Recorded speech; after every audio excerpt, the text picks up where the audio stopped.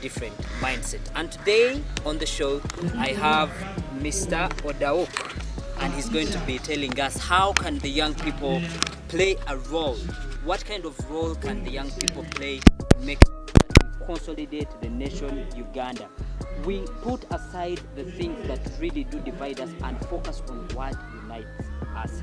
Welcome to the show. Thank you very much, Kindly everyone. introduce yourself to the viewers. Yes, hello viewers. I am called Odauk Paul. I work in a place called the National Farmers Leadership Center, which deals with mindset change to enable our farmers to develop a new ethos, a new mind, so that they are able to look at agriculture as a source of livelihood, but not as a pastime or just a part of their culture. That's what we are concentrating on. So looking back, I'm so sure that you're following all the events that really transpired during the 2021 January elections. What are some of the lessons that you really picked out there? I know a lot of things happened. What kind of role can the young people play to make sure that in such kind of times when we have a lot that is dividing us, there are things that we'll focus on to make sure that we keep united and keep Uganda first? Yes, thank you very much. Maybe just to add a little bit of information about myself. For the last 34 years or so, I've been part of the effort to develop a new patriotic leadership in this country. I've been lecturing in the National Leadership Institute, and I still do, and in very many other institutions, but the focus being how do we create a body of leaders with progressive ideas and thought processes who will then help to spur and quicken development transformation in this country. Now, your question is about the youth and their role in what can they do in consolidating. I am very happy that you've used the word consolidate, because that means you're recognizing the fact that there is something that has been achieved. And what we need to do is to consolidate that, expand it, and build on it. Now, why it's important to start from that premise is that there are quite a number of people who push the narrative that Uganda has not moved. And I can tell you, as somebody who has been around for a bit of time, that when I look back through those years I've mentioned, 34 or so, there has been tremendous progress in this country. One of the areas that I like to mention, which very few people pay attention to, is a simple thing like our numbers. That today, when you look at the statistics on life expectancy, we are doing tremendously well. We started at 41 for women and 39 for men by 1986, and today we are talking about 64 life expectancy. And when you talk about even the population, we have moved from 13.5 million 34 years ago. We are now 45 million. And of that 45, over 78% are the youth, the young people. Yes, the young people. That's a better word. Young people. Youth, are restricted in age. Yes, true. But when you talk about from birth to the age of 35, you have about 75% of the population. So we are a young country. And to me, therefore, the majority of people who are and must be involved in development have to be the young people, because that's the most active and they're also the largest number in terms of the population. So what do I think the youth need to do? I think the first thing is to recognize. Before we even go to what they should do, can you first take us through some of those things that we really need to consolidate? One, I myself, I do appreciate the peace that we have in this country. I do appreciate the growth of the economy that we're having at this time. And those are the things that whatever is happening in this country, whether you're in opposition, whether you're aggrieved, there are things that you must say we have to protect this as Ugandans. What are some of those things that you think we should consolidate? That's actually what I was going to. That you see, as an independent country called Uganda, We have now been around for just about 58, going to 59 years. And the fact that Uganda has survived all through that period and definitely made some progress forward, that in itself is something to guard, consolidate, and build on. But more specifically, the element of knowing our past. You know, you cannot move forward effectively if you don't know where you came from, and therefore why you are where you are, and then decide therefore this is the logical direction to take.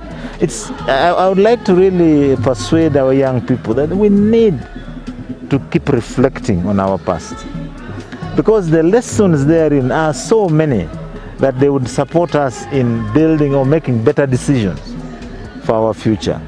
So that's the second thing I would like us to do, that let's focus on ensuring that we keep learning lessons, picking lessons from our history, and there are many.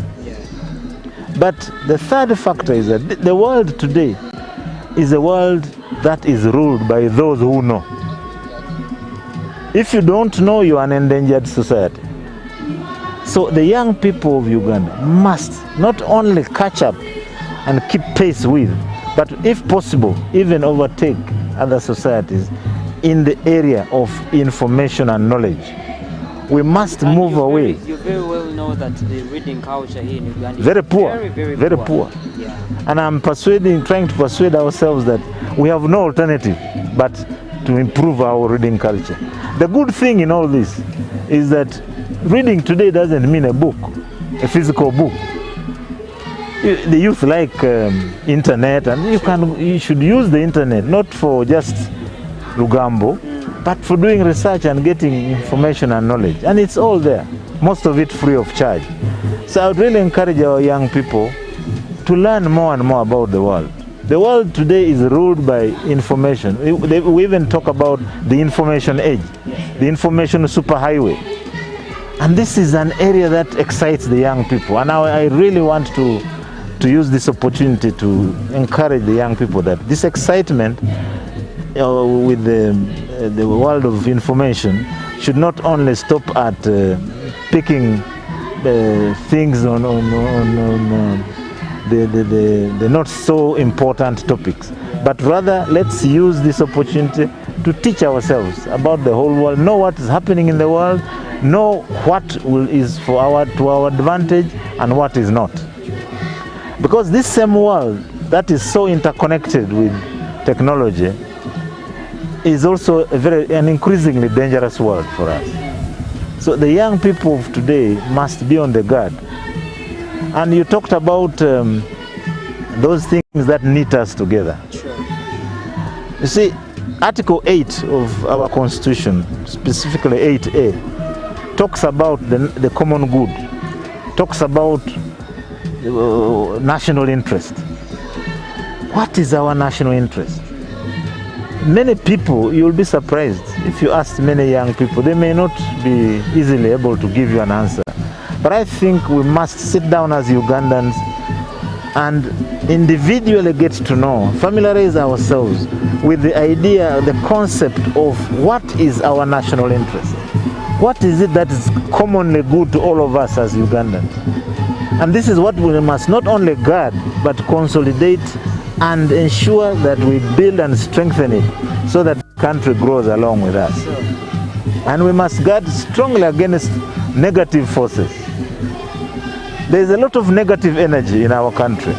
You talked about, I had one of your presentations, and you're talking about the forces that never want us to unite. The moment you talk about unity, you become an enemy to them. Exactly. Talk about that. You see, this world today, and it has always been like that, there are exploiters and there are those who are taken advantage of. Societies that take advantage of our other societies would not be very happy if those who they are taking advantage of get aware and become stronger by coming together. And this is what I was talking about. You'll forgive me for obvious reasons. I don't want to name names and say this country or that country. But anyone familiar with the world today knows that in the world there is competition amongst nations. So in Uganda's case, we must go out there, look at the world and see who in that world is on our side. Who can we tap into and create synergies with so that we can strengthen our country and build on what we have. But there are also those who are tigers out there. They're out to exploit and suck other nations. You know them. They're exploiters. And we must also know, the youth of this country must know that this is a fact. This is not just propaganda. It's a fact. There's a lot of exploitation out there. You know about, for instance, I'll give you a simple example. We keep hearing outcries about slavery. Today, there's slavery in the world today. And many of those who are engaged in trafficking fellow Ugandans are Ugandans. So I imagine that if such a person got to know some of these aspects of international relations, maybe we would be able to fight it together. But some of us, either knowingly or unknowingly, aid the exploitation of our own country and our people. One of the ways how we are taking advantage of, you talked about two things, misinformation and disinformation. What kind of role does that play? As I said, the world today, we talk about an information superhighway. Now everything runs on information. Everybody wants information. What do I do? Where do I get a job? How do I get the cheapest commodity? How do I sell at the biggest advantage? And so on. You go on the internet and get all that information. Unfortunately, there are also those who go on the various platforms on the internet and put out there wrong information, either to influence somebody or some of us economically or politically. And they do it intently. With all purpose. These are the ones those who post wrong information for purposes of disorienting and influencing other communities are the ones we say are engaged in disinformation, because it's being done deliberately. Misinformation is just being misinformed, given wrong information. It may be intentional or non-intentional, but disinformation is deliberate. The person passing it out knows that it's wrong, knows that it's misleading, but deliberately passes it out in order to influence events in a certain direction. And we see a lot of that, especially in the areas of politics and even general social being. Because people will tell you that this is a better university when actually it's not. People will advertise a certain entity that it's for all young people. When you go in there, you find very many bad things happening there to the young people. So I was saying that the disinformation, the misinformation, which is rampant, especially on social media today, and you call is a concern. For you call it on social media. That's my word, don't worry about it. But I was referring to the part which I'm talking about now. That, you know, where there is a prevalence of negative, bad information, then it cannot be for the good of society, and therefore you can't call that social.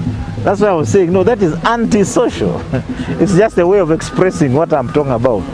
But social media itself is a good thing. We can use it very positively. It's a very strong weapon for passing on information. There are many people that have thrived through doing this yes. on social media. However, I am drawing attention to the possibility that some bad person can actually mislead the whole of society using the same medium.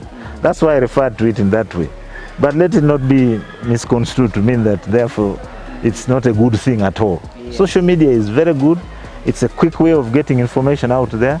And the young people are there. All our young people love being on social media. But I was just sending a caution. So how can someone be able to sieve information in such kind of times of misinformation?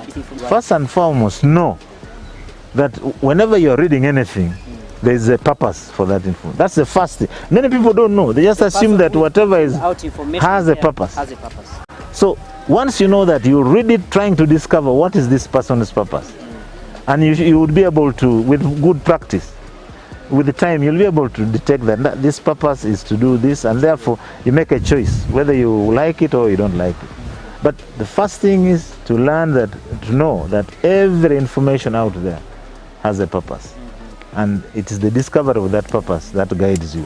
But of course, some of this is also possible when you go through formal training. You can learn, you can be taught some of these methods. That's the of question civic. that I wanted to ask. What are you teaching the young people that you're training through the patriotism trainings that you do in different regions, in secondary schools? How are you preparing them to be able to handle such kind of The most important component of the patriotism development programs is teaching our young people about our national interest and the common good. Because once our people know what is in their interest and what is good for all of us, then it will be very easy to juxtapose any information we get, any action that we get against our national interest and see, is it in the national interest or it's not? To me, that is the most important component of this patriotism. Do the young people even know what the interests of Uganda is? If you went to these schools, even universities, and asked a number of, let's say, 10 students, would you get even 10 that know this is what the interests of Uganda are in the short term, mid-term, and long term? About going to university generally, I can't answer that. But what I can tell you for sure is that if you go to students, whether at university or elsewhere, who have been through the patriotism development programs, and you ask them about national interest, they will give you an answer indicating that they have an idea. But really the struggle must continue. It's a continuous process. We must continue to pass on this knowledge, to pass on this information, so that more and more of our young people get familiar with the concept of national interest. Yes. It's all written there in the Constitution. It's there in our real lives, because there are things that are good for each one of us, and there are also things that are bad. Collectively, those that are good for us constitute our national interest. And the collective that constitutes the bad things to us would be against our national interest. And for instance, being united. Everybody knows when you are together and working together, you are stronger. True. Therefore, it's in our national interest, unity. And it was a very big goal for Uganda to be able to attain that kind of Yes, unity. and the war is continuing. It's not over. Don't say it was. It's still continuing. Sure. Very much alive. We must continuously fight to ensure, because there are negative elements also pushing the opposite. Sure. There are people who are saying, we need to be together, let's be far apart from each other. And therefore the struggle to continuously emphasize the importance of national unity is still on, Yeah. generation after generation. But I have no doubt that we are winning the battle. Yes.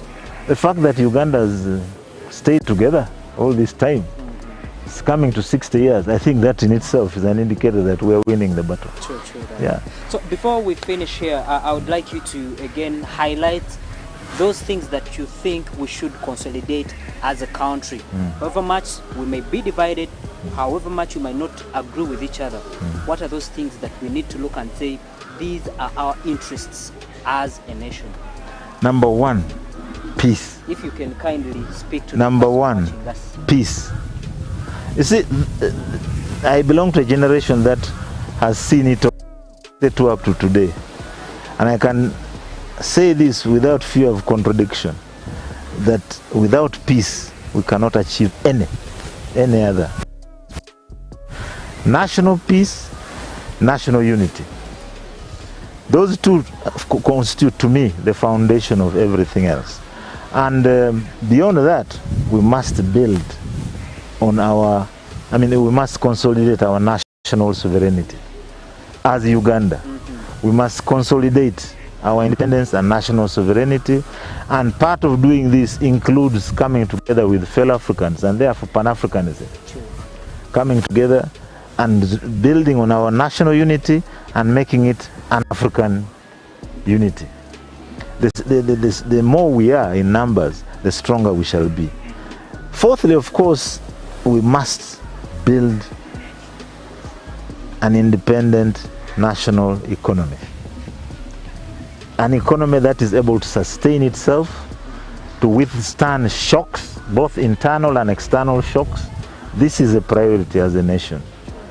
And I mentioned peace and security, but in order to do that, we must ensure a very strong national army. Now, beyond that come other priorities. The health of the population. education. And this is a very important one. What kind of education are we giving our youth?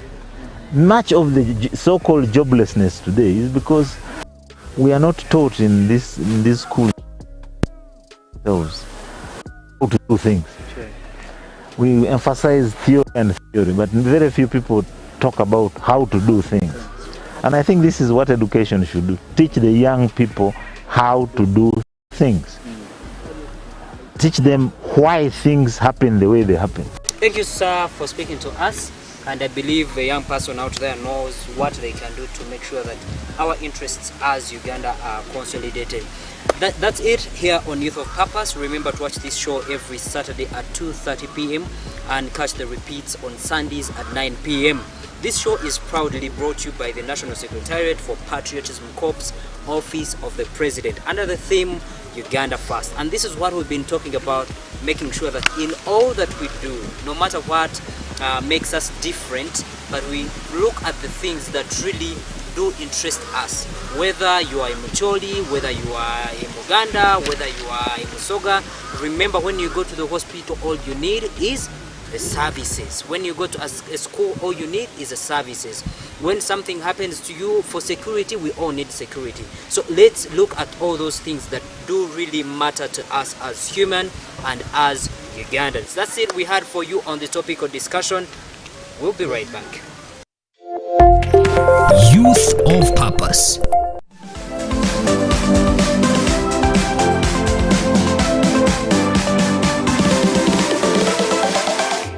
My name is Ndagire Rita. I'm a SAWA trainer. I've come to talk about bottle decoration. We get these bottles as a way of preserving the environment, and we decorate them to become useful. In this case, they are not useful, but we make it to this to become useful. They are used in decorations as wall hangings, as center bottles for parties and birthdays. They can also be donated to anyone or given out as a birthday present or a gift. So in decorating bottles, we use wood glue. We use different decorations like flowers, like fruits for some plants, and threads. We can also use any material in case you see that it can go onto the bottle. After decorating the bottles, we put them as decorations to make them good looking so that they can be used and well seen, because they attract eyes and make the mind fresh. So I'm going to start decorating the bottles. We need wood glue and a bottle. This is the wood glue we use, and a toothbrush used to apply the wood glue. So the process starts. On decorating the bottle, we can start at the upper edge or the bottom, but the bottom is always better because it goes slowly and quick. It is easier to make. There are bottles which have a flat bottom, and there are those who have a hole bottom with a hole. So on that, we first apply the glue. This is wood glue at the bottom of the bottle. We need to maintain cleanliness as we do it, because the thread doesn't have to get dirty in order to produce a clean work. So we shall start with the blue color. These iron threads. They are the ones used. We can also use any other type of thread. We hold this and we place it like this. We start at the bottom, like here. Then we start making the bottom. This is how it's done.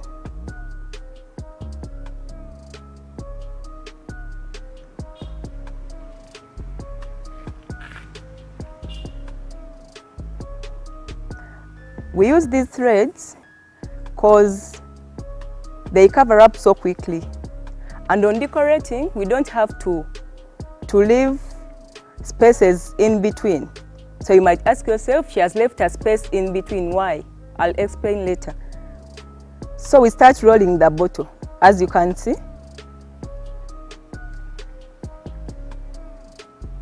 This is how we do it.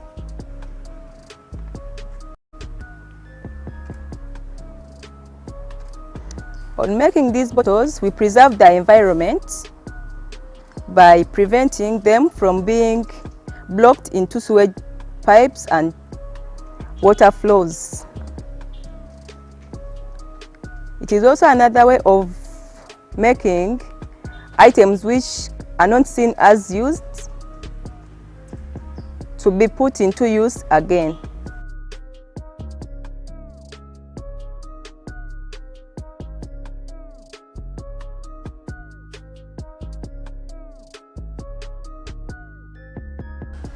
So for the next color, it will take a different direction.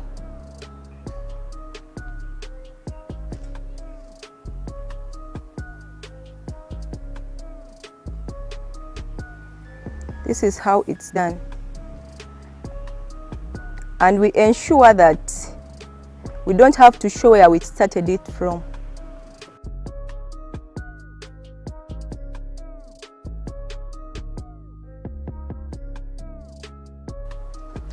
So at this stage, you can decide to use a fabric, any type of fabric you need, by wrapping it around. And this will help you make the bottle more beautiful. So we shall apply this because it's the only one we have. First of all, you have to measure and see how it is, where it stops.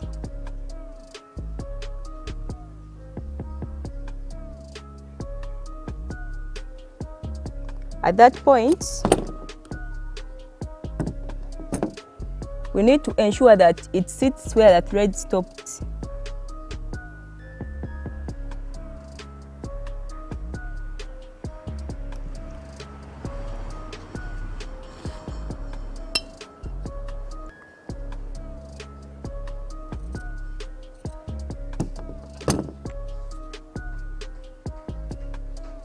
Then we shall open a little bit, cut the thread, make it come inside, put the fabric again.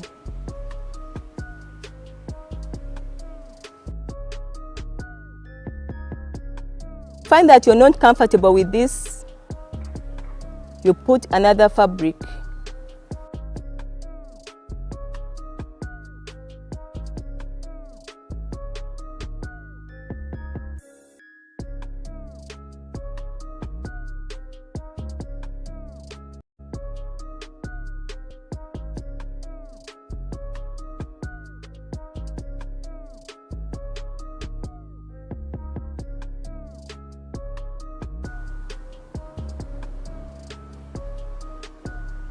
So our bottle is done.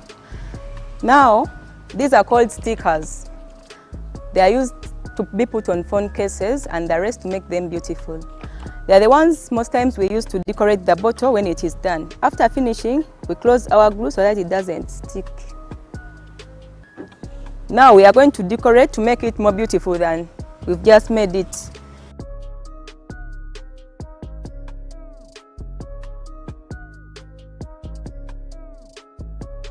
So that is how we can best use bottles. After taking your wine, any type of wine, depending on the shape of the bottle, we can use it to, using the bottle as decorated. Like this is a different shape, of course a different shape. Preserve the environment by putting used things into more useful things. Thanks a lot.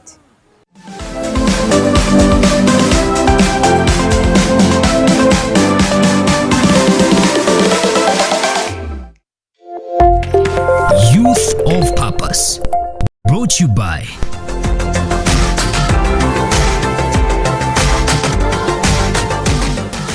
Uganda First.